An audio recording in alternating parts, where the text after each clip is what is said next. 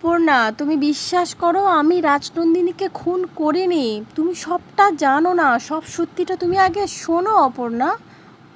পুরোটা জানতে ভিডিওতে লাইক দিয়ে চ্যানেলটা সাবস্ক্রাইব করে দেখতে থাকুন।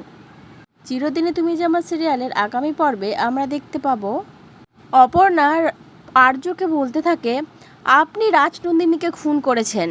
তখন আর্য স্যার বলতে থাকে অপর্ণা তুমি। তখন অপর্ণা বলে আমি অপর্ণা নই, আমি রাজনন্দিনী আবার ফিরে এসেছি আমার খুনের বদলা নিতে। আর্য স্যার, মিস্টার আর্য সিংহ রয়, এবার আপনাকে আপনার প্রত্যেকটা অপরাধের হিসাব দিতেই হবে। তখন আর্য বলতে থাকে যে আমি রাজনন্দিনীকে খুন করিনি অপর্ণা, সবটা শোনো, সব সত্যি তুমি জানো না। তখন অপর্ণা বলে আমি সবটা জানি, আমি সবটাই জানি। বলুন তো কেন আপনি রাজনন্দিনীকে খুন করেছিলেন? আর্য আর কি বলে শান্ত করবে অপর্ণাকে বুঝতে পারে না। আর্যর চোখে জল চলে আসে।